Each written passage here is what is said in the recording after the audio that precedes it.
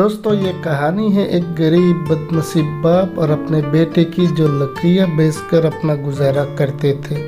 तो एक दिन दोनों बाप बेटे लकड़ियाँ लेके घर जा ही रहे थे, तभी रास्ते में उन्हें एक दुकान मिला जो नई नई जूता चप्पल बेच रहा था। जूता ले लो, चप्पल ले लो, रास्ते के माल सस्ते में सस्ता सस्ता नया नया जूता चप्पल ले लो। तो इतने में ही उस गरीब लड़के ने जूते की दुकान देखकर अपने बाप को कहा कि उसे भी नया जूता चाहिए, लेकिन वो बेचारा बाप उसके पास तो पैसा नहीं था और उधर लड़का भी जीत पकड़ बैठा क्योंकि उसका जो चप्पल था उसका हालत तो बहुत ही ज़्यादा बुरा था। तो अभी बाप बेबस था, वो करे तो क्या करे, कैसे अपने बेटे को नया जूता दिलाए। तो अपने मासूम बेटे का दिल रखने के लिए उस गरीब बाप ने दुकानदार से पूछा कि इस जूते का दाम कितना है, और दुकानदार ने तो कहा कि 1000 रुपया, पर उसके पास कुछ छुट्टे पैसे ही थे। तभी दुकानदार ने कहा नहीं होगा। तो बाप ने कहा कि मैं तुम्हें बाद में दिला दूंगा, लेकिन बेटा भी बहुत ज़्यादा जिद्दी था।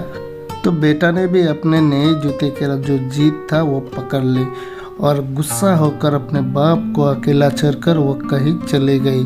तो उसके बाप ने बुलाता रहा लेकिन पीछे मुड़ के देखा भी नहीं। इतने में दुकानदार भी उस गरीब बाप को भगाना चाहता भी उसके बाप ने कहा कि आप मेरा ये साइकिल रख दो और ये जो जूता है मुझे दे दो। तो ये तो दुकानदार के लिए बहुत ज़्यादा फ़ायदेमंद था। तो दुकानदार भी खुशी खुशी मान गया और उस गरीब बाप का साइकिल रख कर जूता दे दी।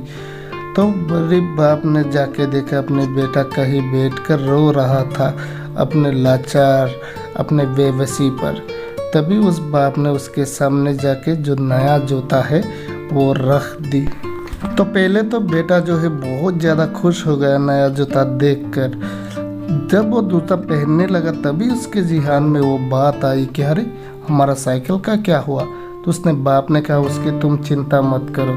तभी जो सारा मामला है वो उस बेटे को समझ आ चुका था। तो उसने अपने बाप को हाथ पकड़ा और फिर चल दिए उस दुकान की ओर जहाँ से जूता खरीदा था। तो बेटे बहुत गुस्से में जाके दुकानदार को कहा आप अपना जूता वापस रखिए और हमें हमारा साइकिल जो है वो दे दीजिए। तो दुकानदार भी मजबूर था, तो उन्होंने जो उस गरीब बाप का साइकिल थे उसे वापस कर दिया। तभी बेटा क्या किया कि अपने बाप को लेकर कहा चलिए घर चलिए। तो इस काम से जो बाप का दिल जो है ना वो खुशी खुशी चौड़ा हो गया। तो दोस्तों इससे हमें यही सीख मिलती है कि हमें अपने माँ बाप के ऊपर किसी भी चीज़ के लिए उस पर जुल्म नहीं करना चाहिए।